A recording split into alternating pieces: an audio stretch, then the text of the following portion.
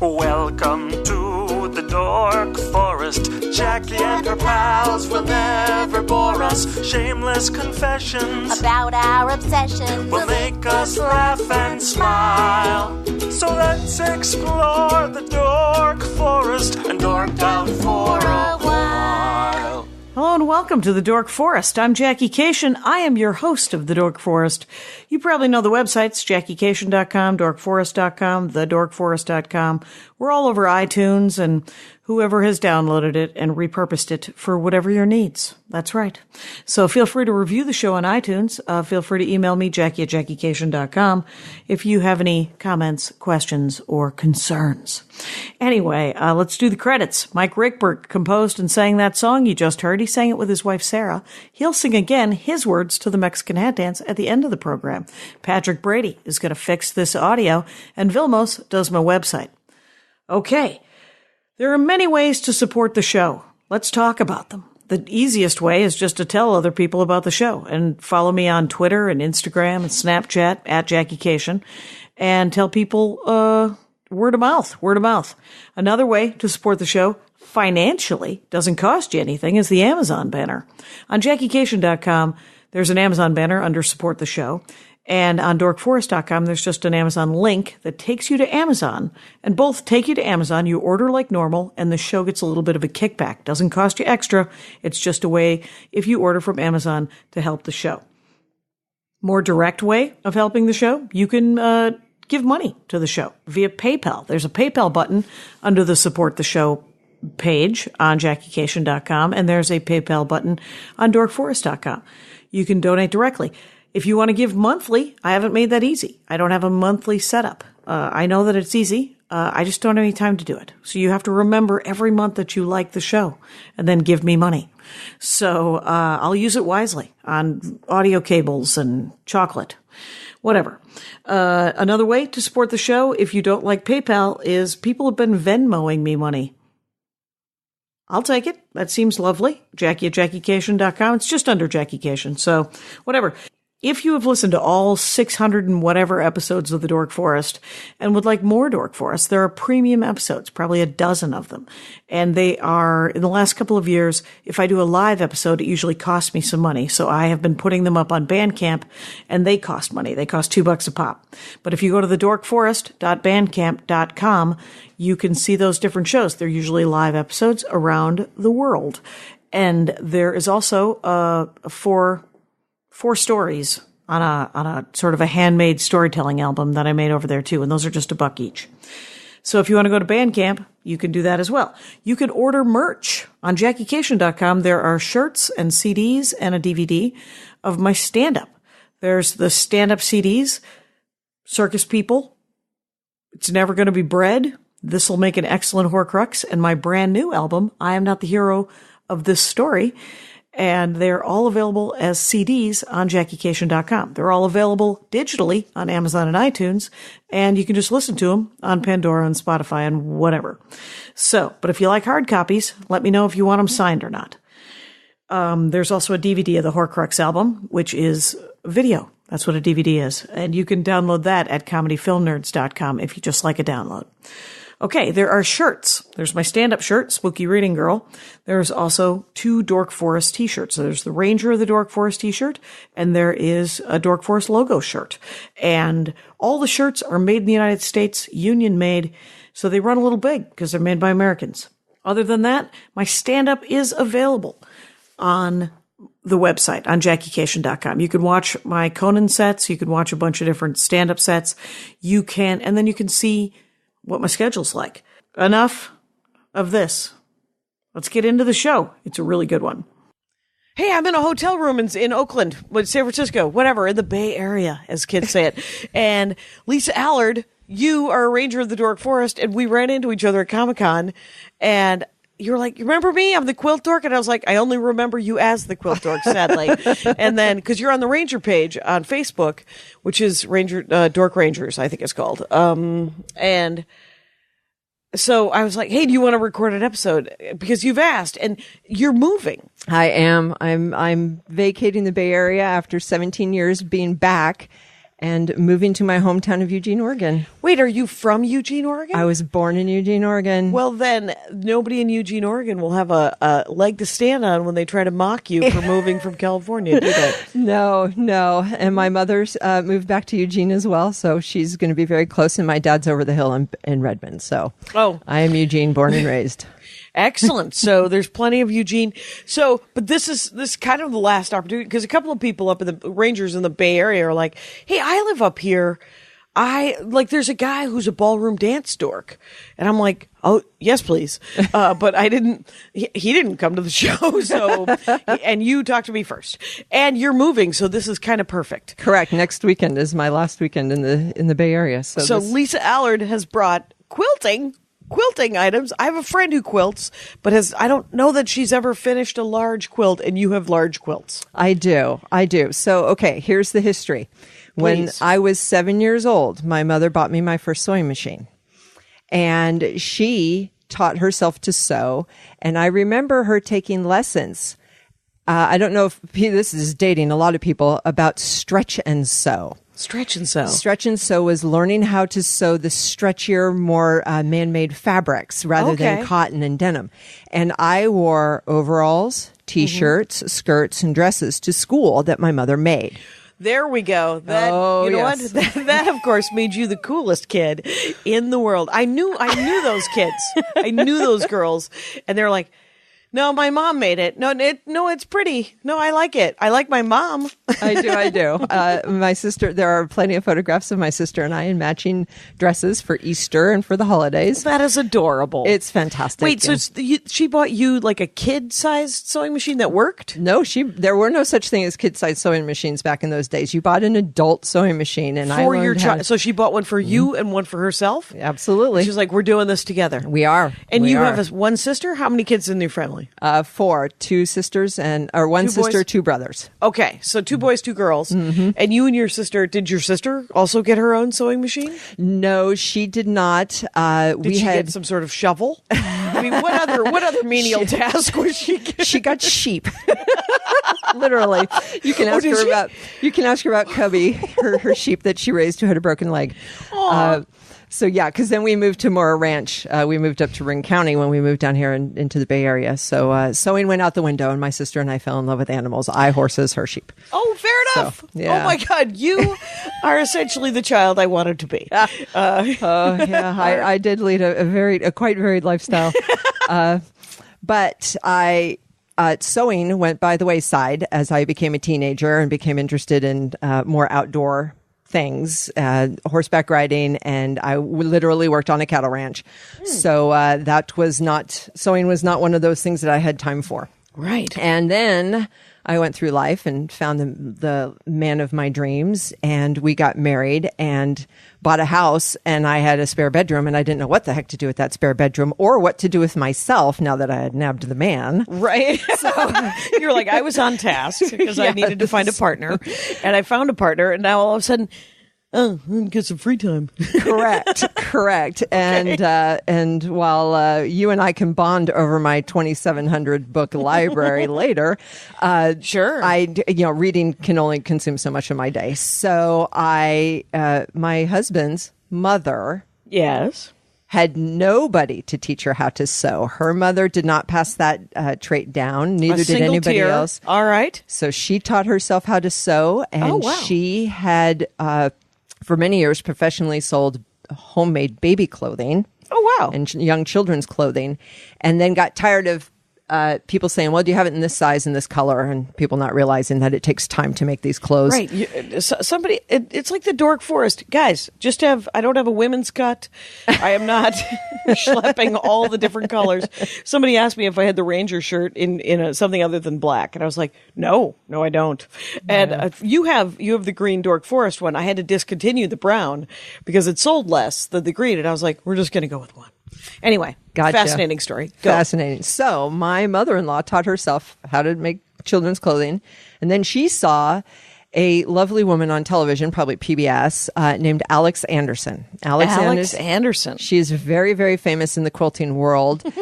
She was one of the first people to go on television and to teach, the first person in her generation maybe, if I'm wrong on the history, please send your emails to Jackie. Jackie at JackieCation.com, please. So- Todd, Mason, what's going on? Anyway, go. So, and He may not know my about mother-in-law's name is Donna, and Donna went to learn about quilting. And since she knew so much about fabric, she already kind of had a basis for quilting. So she fell into it. And when I decided to cast about for a new hobby, I said, oh, well, I know how to sew. Here's my mother-in-law sitting, 10 minutes away from me quilting.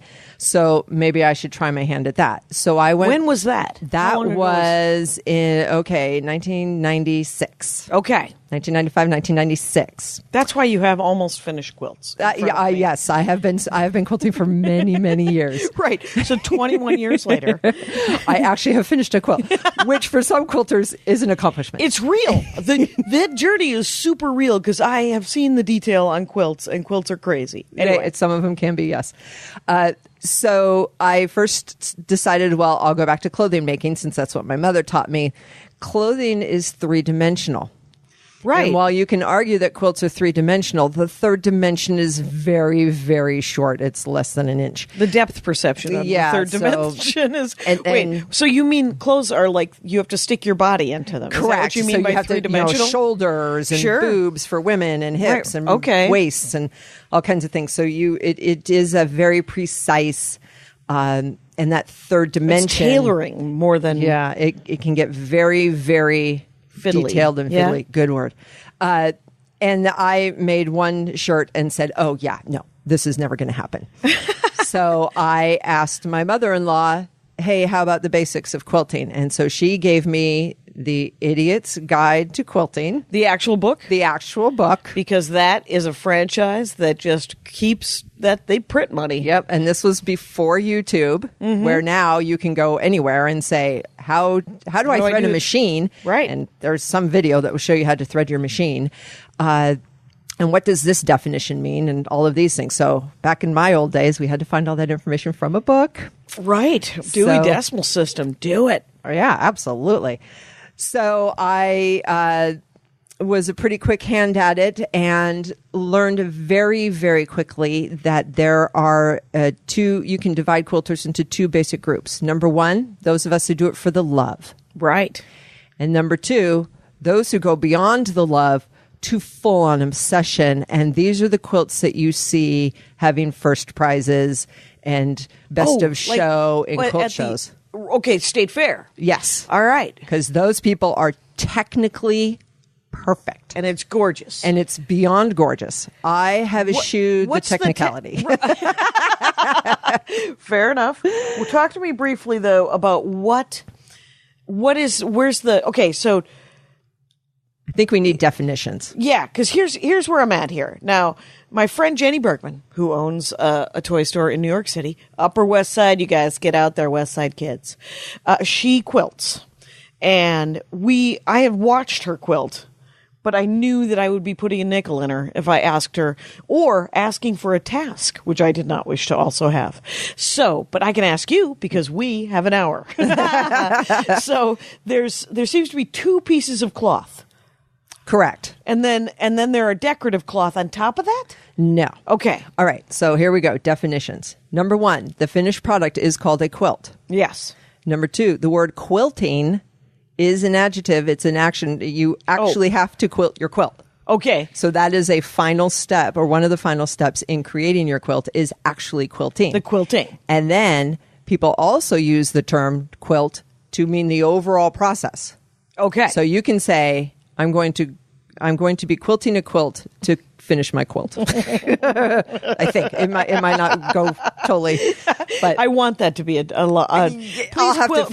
embroider that on a pillow. Yes. I'm quilting my quilt so I can finish my quilt. correct. Okay, Something along those lines. Anyway, so you are correct. In 9 times out of 10, there is something that quilters will call the background fabric. Okay. So if you are making a quilt that is going to have a one color background, you need to buy all that fabric so that every square has that main background color. And I did not bring one of those quilts today. Okay, wait a minute. That's right. Quilts are made in squares. Or, yes. right? Straight lines are your first thing that you learn as a quilter. Okay. And we call that foundation piecing.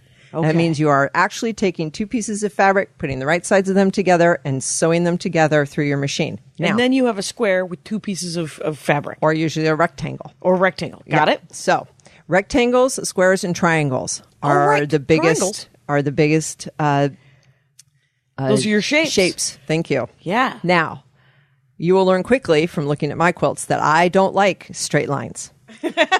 You have you're to be a rebel, technically then. perfect Oh, to get you straight use lines. straight lines. And what they call the points, which is the corners, all matching together. So when you go look at those technically perfect quilts, all their little straight lines come together in perfect points. Yep. Yeah. You'll never find one of those in mine. Okay. Once again, quilting for the joy, Right. not for the technically perfect. Okay. So I also found out, many years into this process that I love flora. Okay. So I had to figure out a way to create round shapes Oh, interesting. because I like flowers. Yeah. And flowers in nature don't have straight lines. No. No. The Jeebus didn't want straight lines. No. He just wanted it to be pretty. That's Okay. true. So, okay, back to our background fabric. Some quilts don't have a background fabric because each square is made with a different fabric. So I can show you a quilt today that has 40 individually made squares that have a flower on them, and every square has a different background fabric. Okay. We call that either patchwork Okay. or, not crazy quilting. That's a whole different thing that I don't know much about. Okay. The word will come to me, but But a basically, patchwork quilt I've heard of. yeah, where it's What's the one where it's all one color? Is that just a blanket? those are usually Is that just called a blanket? there you go. No, there are actually quilts that you will see. They're called whole cloth. Whole cloth. Which means it's one piece of fabric on the top. The centerpiece is what we call batting. So that's what's in between the two pieces of fabric. Oh, that meant to make it a little thick. It makes it soft. And super fun. Yeah. And super so I cozy. use a very, very thin batting because my quilts, I don't want them to be too thick. Quilting thick quilts is very hard. Okay. And they get too puffy. And so this keeps them flatter. It takes away from the joy. Yes, absolutely. Right, there you go. Making puffy quilts is not Exactly. what my joy goes. So, and then you have the background fabric, which is usually one piece, although I do have a friend, hi Elaine, Elaine. who cannot stop herself from making a quilt out of the back. So she literally puts two quilted pieces together and she ends up with a quilt on the front and a quilt on the back. She can't stop herself. And the quilting itself is Sewing those three pieces together. So you've got your finished top piece. Yep. You've got the batting. You've got your background fabric.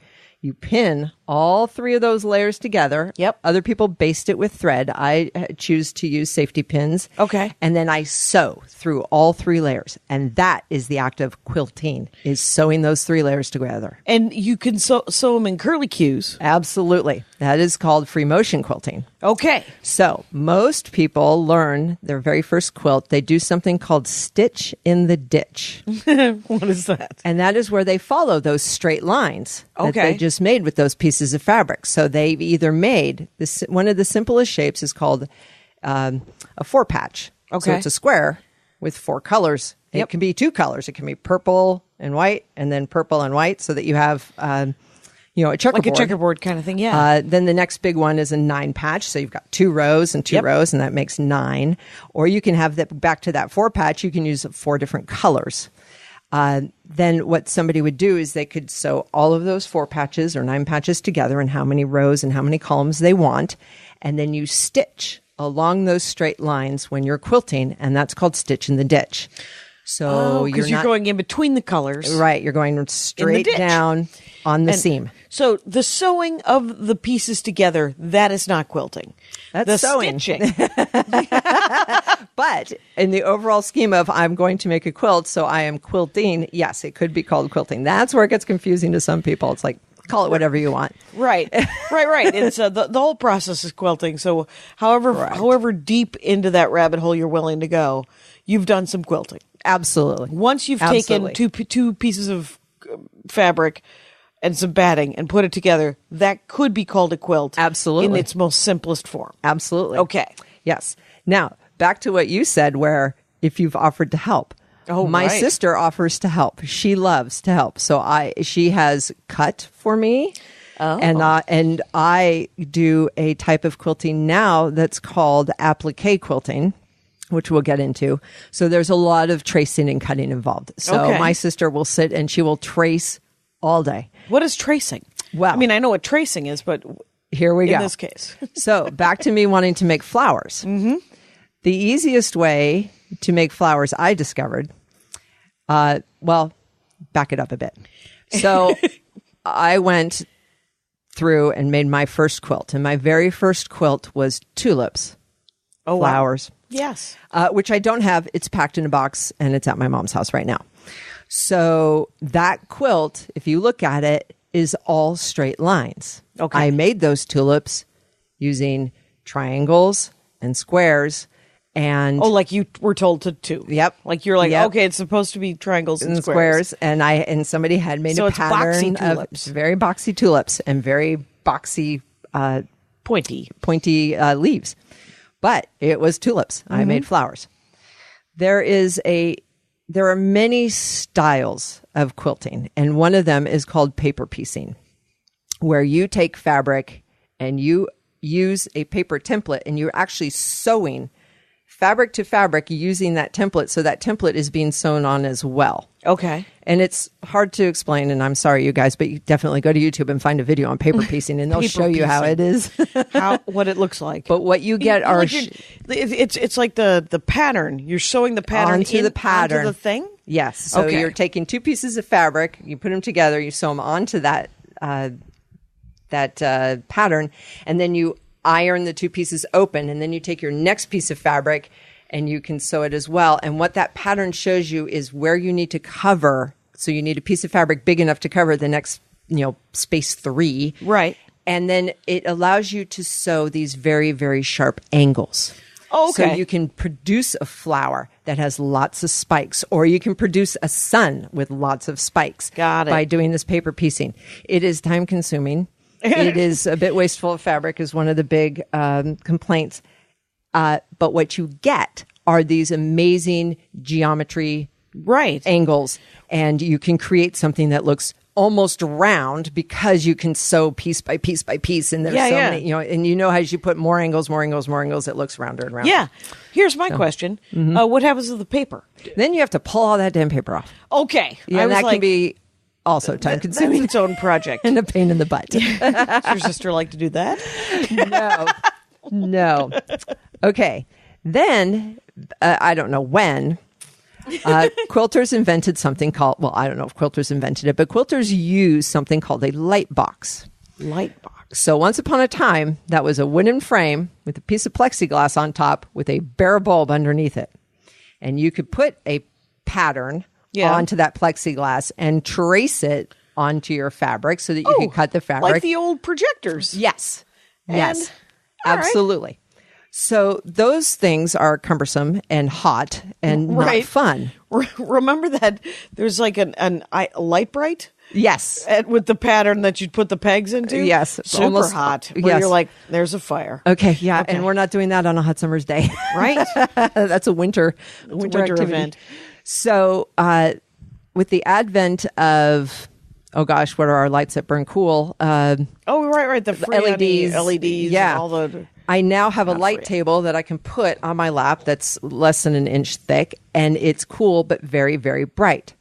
So I buy a pattern, and one of my favorite pattern designers is a lady named Kim McLean. Hello, Kim McLean. I believe she is... Is it MAC or MC? MCLEAN, and I believe she is from New Zealand. And I apologize to every Australian and every New Zealander. I know you are far apart, but she might also be from Australia. I'm not sure. Okay, so she's and they're Down under some, Yes. but see, then they get upset about that too. So I'm apologizing ahead of time.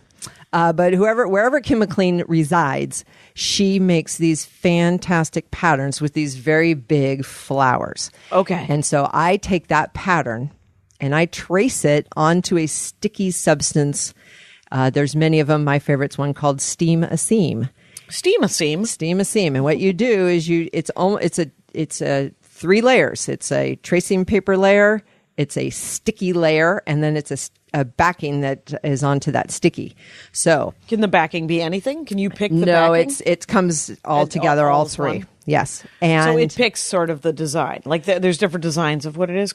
Or, no, this is just comes in a roll. And what it helps you do is my sister, hi Karen, she traces all those flower pieces onto that steam a seam, onto the trace side of the paper. oh, so then that becomes the pattern you use on the actual cloth. Fabric. Okay. Yep. So then we take that and we pull off the backing piece, stick it on the back side of the fabric, iron it on to make it adhesive, and then now I have a piece of, and then I have to cut it again to make the trace. So now we've got that sticky side, which still has a backing on it, and we've got that fabric adhered to the top side of it.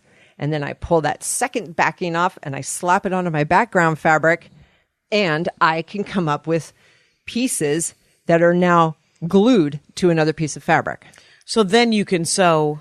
And then I can sew around it. Then you can stitch around it. Stitch around it to adhere it completely to the fabric. This thing's So- gorgeous, by the way. Thank you. And we'll put a picture of it. She's looking at my 40 flowers. 40 flowers. 40 flowers. Adorable 40 flowers. This is a very interesting purpley kind of. I know. A lot of I different know. fabric. The fabric investment must be. Oh, well. And storage. That's what Jenny Bergman has some trouble with, some storage, because she lives in an apartment. Correct. In New York City. Correct. That is called stash. Oh, that's your stash? Any quilter worth her salt has a stash that if she quilted every day of her life, she would not use it all up. Fair enough. We buy fabric for love of the fabric. Sometimes we don't even know when we're going to use it. So, Okay, so this is a pointy stitch. yes, that's called the zigzag. The zigzag stitch. Right? Okay. So now I have my small background piece of fabric. I have the piece of fabric that I have sticky, and I've pulled that sticky off, and I've now adhered it to the background fabric, and I can move these. I can use my light table again to make sure that I place all of those pattern pieces, because some of them can be very intricate, and then I slap them all on, and then ironing adheres it again. Now I've got 2 pieces of fabric glued together. Right.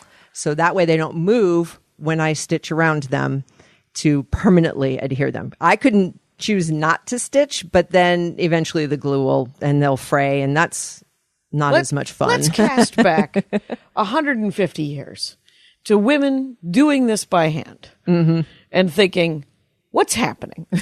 Like, do you think there was the love of it then too? Absolutely. There must have been. Absolutely. The style of quilt that would probably be most aligned with the style that I use now is called a Baltimore album quilt. Many people have seen them. They're usually 9 very big squares, and they have very different pictures in them. And the Baltimore album quilts had ships, because Baltimore was a shipping, right. and flowers, and usually the homestead is in one of them, or musical instruments. And if you look at the very old ones that were made in the 17 and 1800s, once again, they're using all these round shapes. They were appliquing by hand.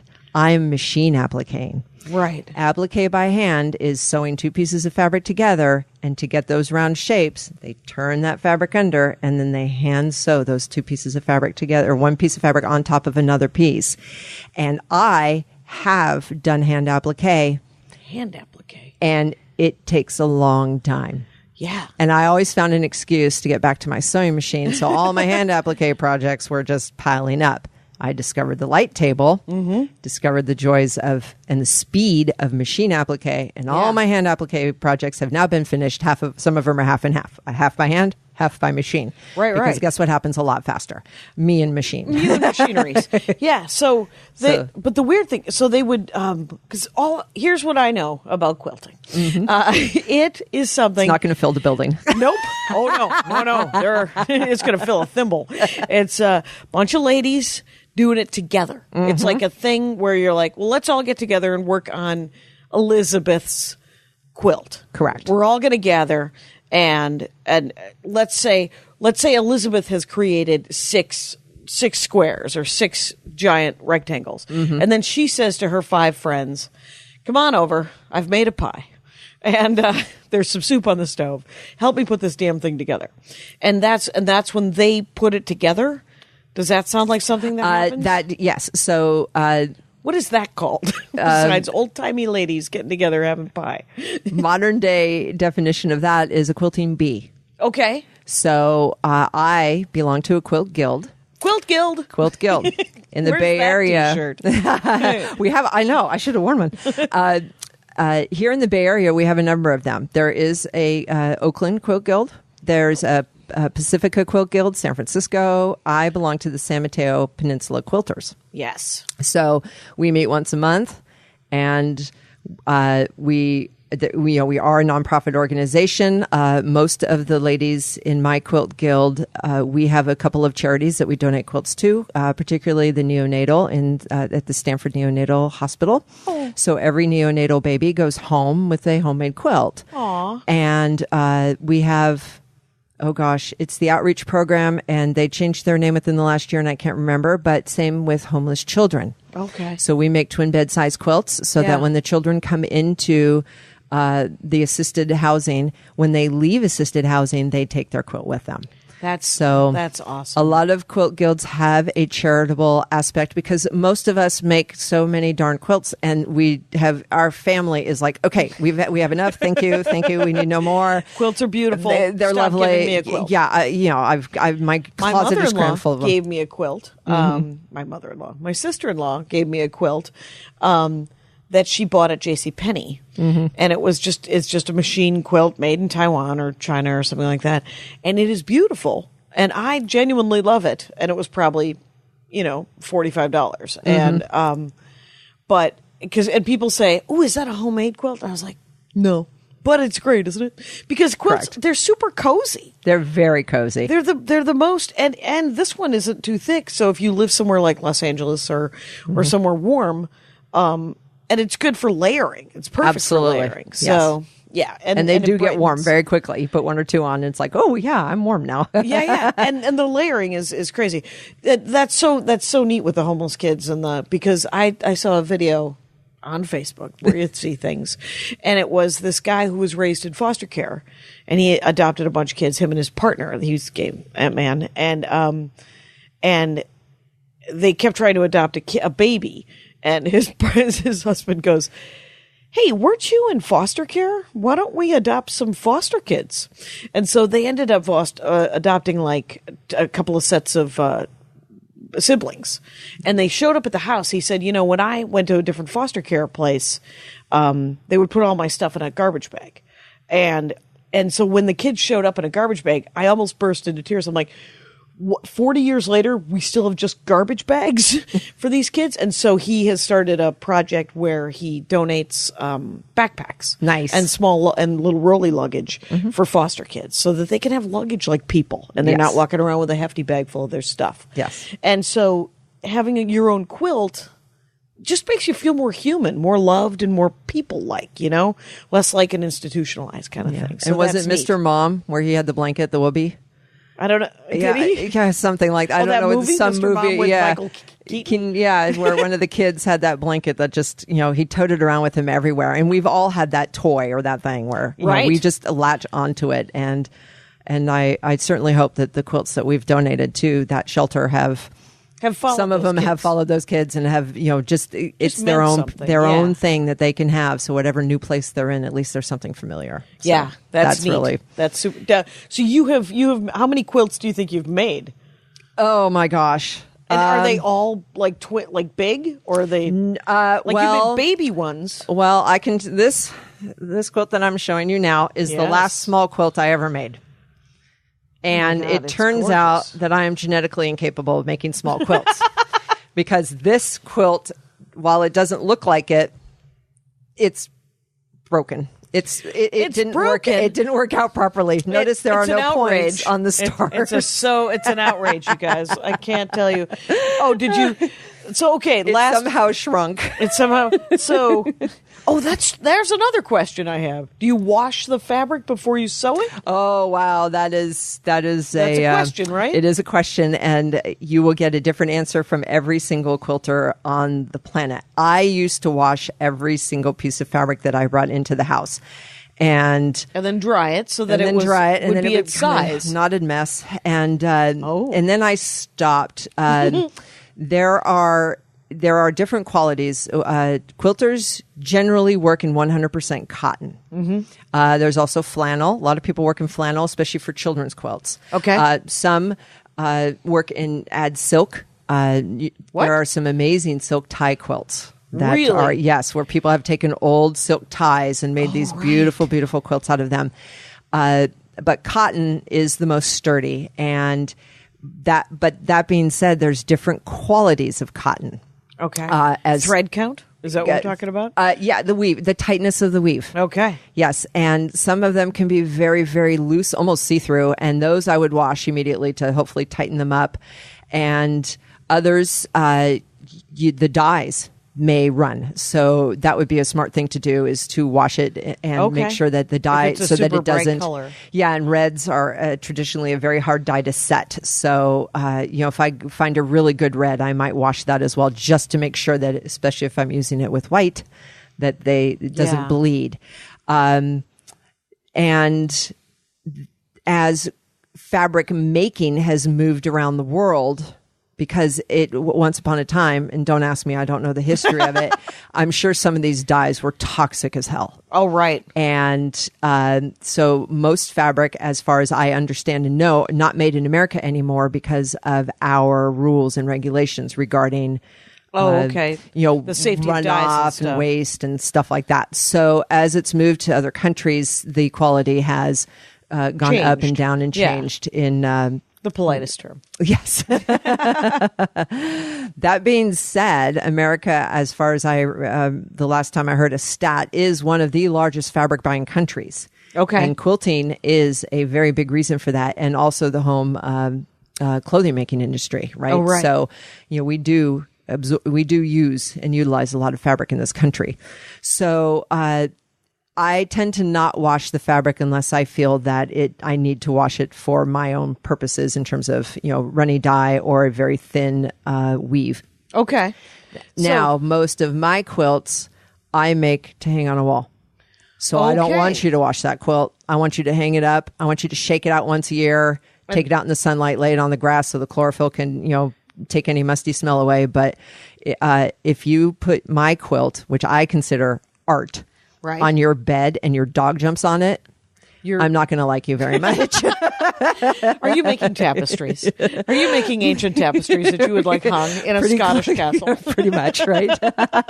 Now, that being said, a lot of baby quilts, things like that. Yes, I would wash all the fabric, and then I would go ahead and make that quilt with the knowledge that thing's going to get washed 1,000 times. Because there's going to be a baby involved. I hope it's going to get washed 1,000 times. And anytime a quilt goes to a child or a young person, absolutely, I expect it to get thrown in the wash.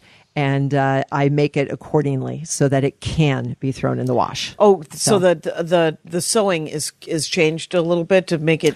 Well, let's say I don't use any delicate fabrics. Okay. I don't. A lot of quilters embellish their quilts. I am not particularly fond of embellishment, but a lot of beads, buttons, ribbons, all kinds of things can go onto an art piece. Those. Yeah. And or they use a fabric that's very shiny, or Oh yeah. So.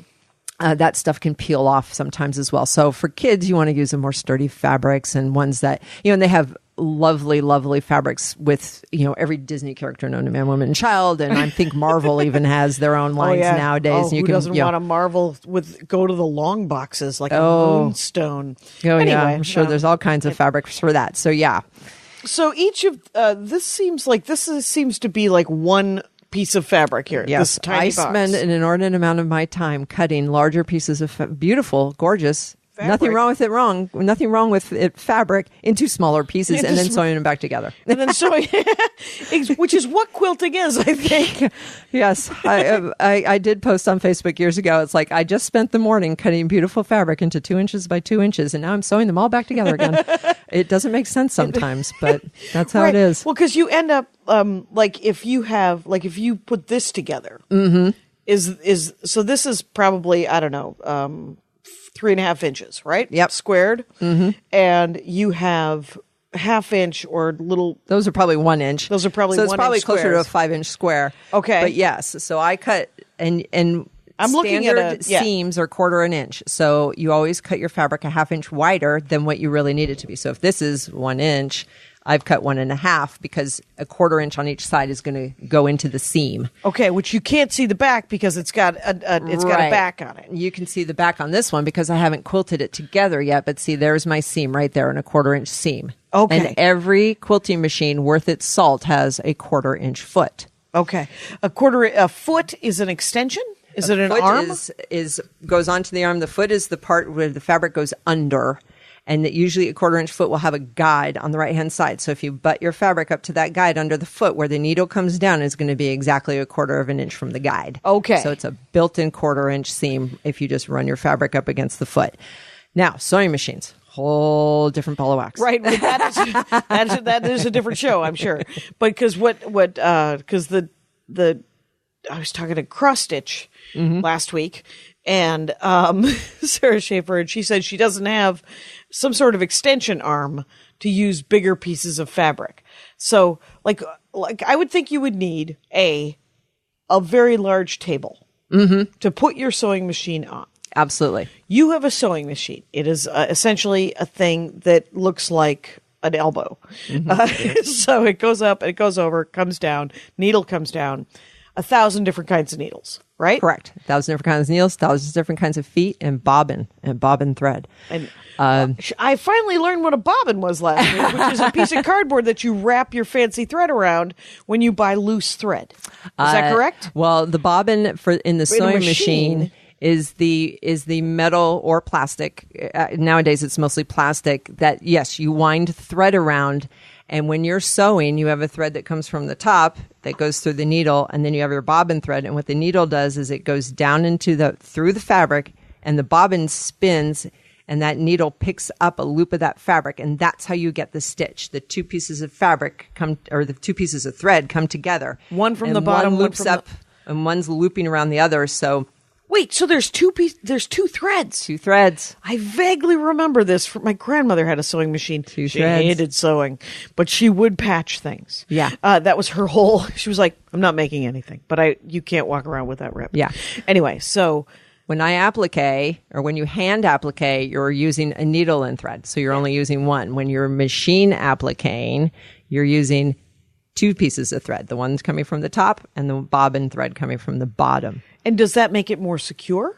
It can, yes, make it more secure. And it's also, because it's machine, much faster. Oh, because there's two pieces of thread, and it's going much faster. It picks faster. up the pace. Yes. Because it's almost 2 stitches for the price of one. You can literally put that pedal to the metal and sew very, very quickly. Fair enough. Fair enough. Okay, so we have our 5-inch square that has 1, 2, 3, like it has a dozen pieces of tiny different colored fabrics that you you would call that a modified log cabin. So because this looks like logs or Lincoln logs stacked on top of each other. Oh, I see. This, which is part of the star, we would call this a half square triangle. It's a square that's bisected. Right. So it's right. Are those right triangles? I am not a mathematician in any shape. These are your 4 square patches that we were talking about. So here's the 4, but now I put 4 square patches together. So you get a 4x4. And these are the basic quilt kind of what squares. Yeah, basic you can quilt squares. Yeah, and you can turn them sideways. You can make all kinds of patterns just with these 2 basic squares. But once again, I got tired of that. This log cabin thing. Oh, log cabin quilts are one of the, yes, very fiddly. And they also are, the variations on that one are amazing. And there can be some very, very beautiful, huge log cabin quilts made. Oh, really? Just using you doing this. Bars and squares. Interesting. Longer and longer rectangles and little squares. Okay, so you've made the 2 triangles into a square. You've made the log cabin square. You've made the 4 patches into a square. You've made, and then you have a bunch of these, and then you sew each of these together after you've sewn the tiny together. And then now you have, how big is this quilt? 5 feet? No, this quilt's not 5 feet. This quilt's probably 2 feet? 2 feet, Yeah, 2.5 feet. Okay. Yeah, it's small. So it's a 2.5 foot. This is the smallest one the last small one you made, you said, right? The last small one I made, So here we are. And so then you put all this together. And then, wait a minute. This is a square. This seems to be a row. This is and this These are rows. It is, and I lost. had to. Yeah, this is unusual because these are strips, super long rectangular strips that I had to then sew together to make these trees. So the strips were sewn together at an angle between the blue, which is the background, and the green, which is the tree, to turn them into a tree. You're seeing the tree upside down. Yeah, there's the If you tree. look on the Christmas other tree. side. Yeah. Okay. So that's what was bizarre about this one was it was the squares were only in the center, and Right. now I graduated into these very long strips. And then these strips on the outside, which are the darker sky and the stars. Once again, here's my 4-patch. Here's Tiny a 4-patch little with half a square bunch of- triangles. Yeah.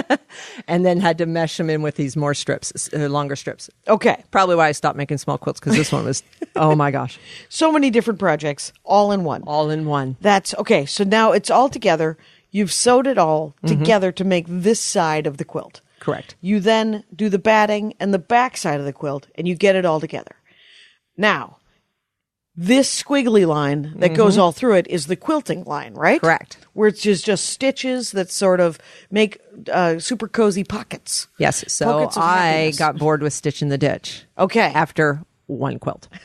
So I bought, there are many, many books out there that show you different quilting patterns, feathers and Oh, you could sew like the breeze and- stitch yeah, could be you a can. feather. So if you go look at some of those, the professional quilts that we were talking about that are in the state fair, and you look at the stitch, the quilting design that they make, some of them are very, very intricate and very formal.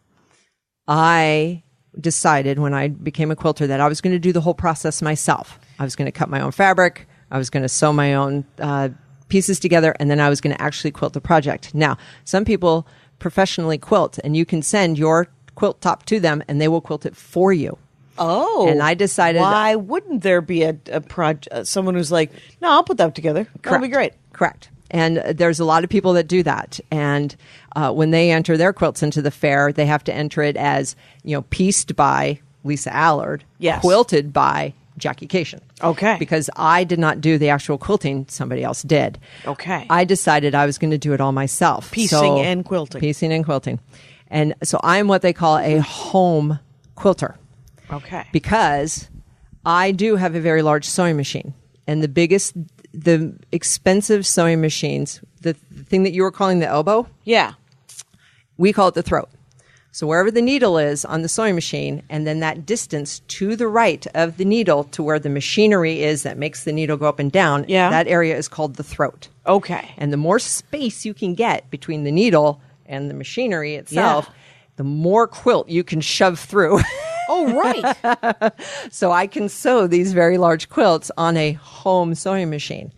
Right. If there is That because space usually in the throat. like my grandma's sewing machine, which is an old pedal singer from the 30s or 40s or whatever, is literally, I think, 6 inches or something. Because they were sewing clothing. Yeah. And clothing isn't bulky and dense like a large quilt can get. Yeah. So then there's another whole different type of sewing machine or quilting machine that would basically fill this room.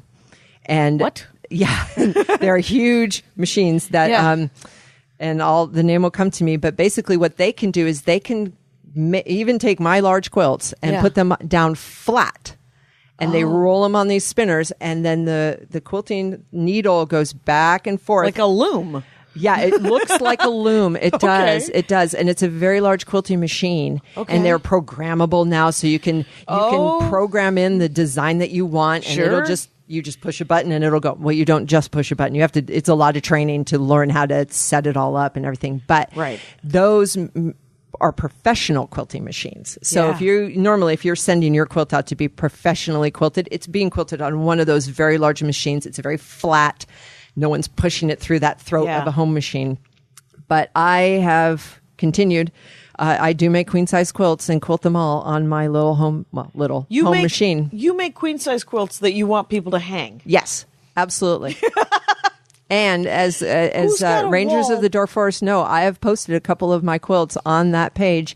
And, On the wall? And you can see the ceiling and you can see the floor. That's it. Because the quilt takes up the whole wall. The whole wall. The whole wall. And I'm sure it makes it's good What's that called when dampening, sound dampening? Oh, yes. Yeah. No echoes.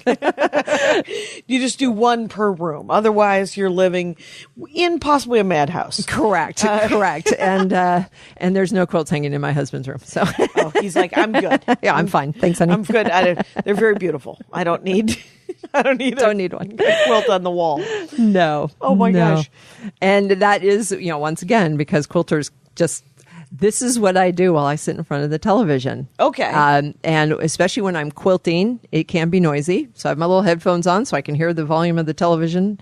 And I'll be quilting. Oh, it can be noisy because you're on a machine. I'm on a machine. All right. So instead of stopping and staring at the TV and trying to hear, I just put on my little wireless headphones and I can quilt away and listen to whatever TV show I'm listening to and look up when the good parts are happening. And but this is my relaxation, and this is what I do. So I'm not staring. What does your fella do? Oh, my fella is a gamer. Okay. Does he have his own headphones and his own sometimes, screen? Especially when I'm watching a show that he's not particularly interested in. Fair enough. So yes, he likes first person shooters. Okay. So he's usually doing that. But then Sundays, he's always in Golden Gate Park playing Frisbee golf, which is disc golf. Actually, is the correct terminology. So I'm not here to offend the disc golf community. No, it's a very large community, a very nice community, and they are very accurate. They are. I don't want to gosh. get hit by a Frisbee. No, or a disc. Yes, correct. Because Frisbee is the Kleenex. Disc is correct. Yes, or the refrigerator of yes, because then you have Frigidaire, right? So the Xerox of copy machines. Mm-hmm. Anyway, so now there are lots of different avenues to go down in the quilting community. Some people become designers, where they create their own patterns. And they can sell those patterns, and you can, Etsy is crawling with quilting humanity. Yes. And there's a huge website called Craftsy, CRAFTSY.com. And they sell a lot of patterns and fabric Etsy, as well. But it's Craftsy. And they also have online sewing classes where you can, buy and watch the videos, and they'll teach you all kinds of techniques. So there's lots and lots out there. I am not a designer. Once again, in reality, to make a design of a quilt, you really do have to know math. There's a lot of math involved. You have to get these squares to be the right size so that your quote points match. And there's a lot of... It makes me think about those women a couple hundred years ago. Oh, yeah. Like, I need to use my math skills. Yes. Please let me use my math skills. Yes. And I love math. Please let me use my math skills. Absolutely. I am an accountant, not a mathematician. And the rest of us would be like, please use your math skills because I don't have any. Correct. Correct. A lot of people that design quilt patterns also teach. Okay. So you can take a quilt class, usually at your fabric store. Like a Joanne Fabrics or something. Yep. A lot of local, privately owned, quote, mom and pop, privately owned quilt stores do have a sewing room, and they teach classes anywhere from beginning to, and then people travel between those stores sometimes to give lectures to. It's like stand up. Absolutely. Absolutely. I wonder what their riders are. Do they get their own hotel? Good. Well, hotel, travel, and an hourly or whatever. Yep. Just for the class. That is true. I've been with my quilt guild for, 15, 16 years. And once a year. Is there a quilt guild in Eugene?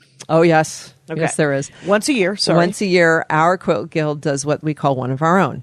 And so next month in October, I will be the featured speaker at my quilt guild. And I will be giving a trunk show of all of my quilts throughout the years. And I will find that tulip quilt and show it as my first quilt that I ever made. Excellent. And then the next day, I'm teaching a class on how to machine applique. Okay. So that's what a lot of people do professionally. A lot of them also they work for the fabric companies. They design fabric. And a very famous one is a lovely lady named Tula Pink, where she started creating her own designs. And she's written a couple of books and has also put out her own fabric line. But she is one of Tula, Tula, Pink, Pink, and she is one of many people that do things like that, where they write a book on their technique or use their own fabrics. So there's a lot of tie-ins. I am what I call a colorist. My claim to fame is the use of fabric and the use of the color. Yeah. So as you can see by all these quilts strewn about, bright. They're very super pretty. colorful. You haven't even seen this one yet. So pretty. But This one's just one color. Did you know this that? one is no, just it's just the one side. This is one background. So this is rare for me. I used a background fabric that is all one piece, and then Oh my God! Look at this little flower moment yes, and Pac-Man. in here is a huge tree. in the middle. Yep, there's the trunk of the tree, and then Holy smokes! I found this fabric specifically for this quilt and then matched all the fabric. Now, here you can see I'm not done. So see how I've been machine appliquing all the flowers? Yeah. I haven't finished yet. These Those aren't are done just yet. sewn. Those are just ironed on. They're so ironed far. on. And this might be a good one to post because then people can see the difference and they can see what we're talking about. That Yeah. here, this one's been sewn and this one hasn't. And is this So- a seed? What is this? That is a ladybug. That is a ladybug. And what the ladybugs don't have yet are their little antenna. Oh, so there you go. I need to sew in their little antenna. And then these are butterflies. Same thing. You know, they need their antenna so that you can more readily And recognize is this them. going to be a queen size? No, this Thank is a large wall quilt. Okay. And this is about as big as it'll get because Yeah. I'm not going to put any binding or any thing around it. But that's the thing I love the most is I like color. And Yeah. I like figuring out different ways to put color together. You've also may notice that none of my backgrounds are white. Right. I'm not a fan of white backgrounds. Well, they get dirty. I would imagine They do get dirty. To me, they also get boring. So I have made some lighter background fabric. This is pretty light, but this is not white, and it's No. also not just plain. You know, it's got two different colors on it. Yeah, it's sort of a peachy Yeah, with pink. little hatch marks. little They look hatch like marks. little bird feet to me. So Yeah. I thought that was pretty cute. That it's a tree and little bird feet. Bird feet, So ladybugs, all good flowers. It's a flower tree though. it is. It's such a great flower tree. This is so beautiful. Thank you. I love it. And my sister, this is one of her, where she cut out a lot of these flowers and then she actually placed all of them as well. So we had the big pattern and she just spent a day kind of. Does she check putting in them with you? around. Yep. Every once in a while. My sister has a very orderly brain. Yes. So if there's a blue one here, a blue one needs to be mirror opposite. Okay. Like she needs them to be She likes very it to be symmetrical. very and- symmetrical, very orderly. And she calls it chaos. Right. I call it, artistic. there you go. That's a good word. I call it insane. But I don't, because once again, since I'm a follower of nature doesn't grow in symmetrical rows, Right. in symmetrical But colors. she's helping. She tries very So hard. you get to, here's the thing, is if she's helping, she gets to pick where some of this stuff goes. Correct. So Correct. if you would like her to continue to help. Yes. It's my sister my sister is an amazing cook. She's an amazing, really, really good cook. And I remember when we lived together for a short amount of time, all of our childhood, of course. Mm-hmm. And then in Minneapolis for about a year or so, she moved to Minneapolis and we shared an apartment. And I remember cooking with her and I'm like, can I help? And she said, yes. And then she would tell me what to do. And then, only one time, I think, did she get mad at me about how I was doing it. And I said, okay, what you should know is that just tell me exactly how you want me to do it, because I'll do it however you want me to do it, but I will not be yelled at. And she said, done and done. Right. And since then, it has been a harmonious experience in the kitchen with Darlication and myself. That is fantastic. Yes. I force my sister to step out of her symmetrical comfort zone. Fair enough. So, but then on But the other hand, she's happy to do it. she's happy to do it. And she also I've helped her make some quilts for herself, and they are very, very symmetrical and just the way she likes them. So Just the way she likes them. Absolutely. That is very lovely. And does she Absolutely. sleep with them? One of them is she On her is bed. using one that actually is houses and trees. And And it's on her bed, and does her dog jump on it? yes. And does she have a dog? Oh, actually, Huey went to heaven. Oh, Huey went to so heaven. Huey went to heaven. So the cat jumps on it, but that's okay. You're animal people. We are. We are. Do you have dogs and cats and whatnot? I have whatnot. 6 boxes that are going to go get buried in Oregon somewhere. Over 20 years that my husband and I have been together, we've adopted 6, and the last one went to heaven a few months ago.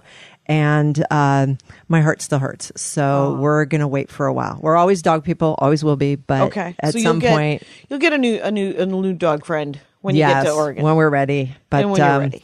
But that last one was, it was hard. They're very And sweet. They are. Oh, they're lovely. And Dottie was one of the loveliest. But it was. Tiberius is getting very old, you know. I we know, have gosh, a 22-year-old. And how long are they? And they live longer in captivity than they do in the wild, huh? Oh, I'm sure. No owls. True. So, and he's big an enough absence now. of and he could probably take a coyote, but he's liking his. We bought him a chicken coop to put in the yard for the summer because we went away for 2 weeks, and we were like, oh, it'll be great. He'll sun himself.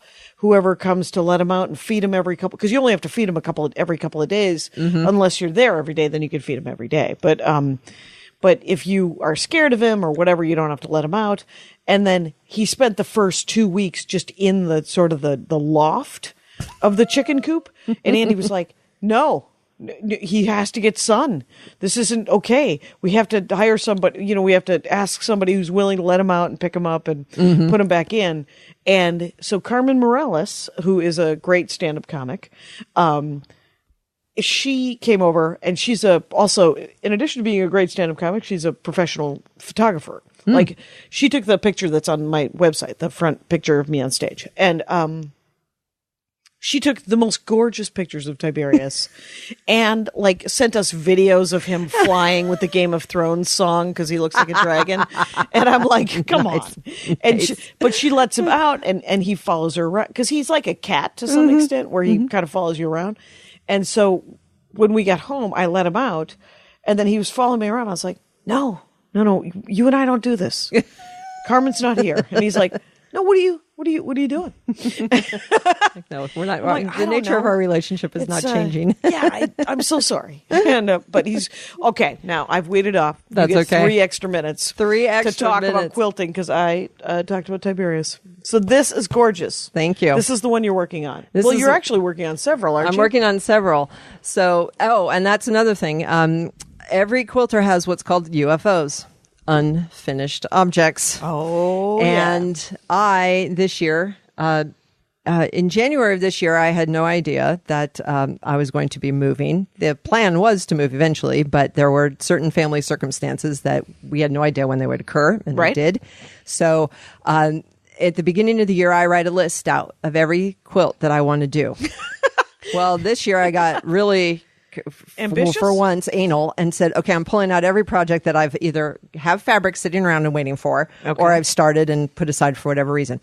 28 quilts, 28 in some form, in some so I then level of being prepared. Correct. So I put them all in order of the one I wanted to finish first to the one I wanted to finish 28th. And all of these unfinished quilts that you see here are part of that process.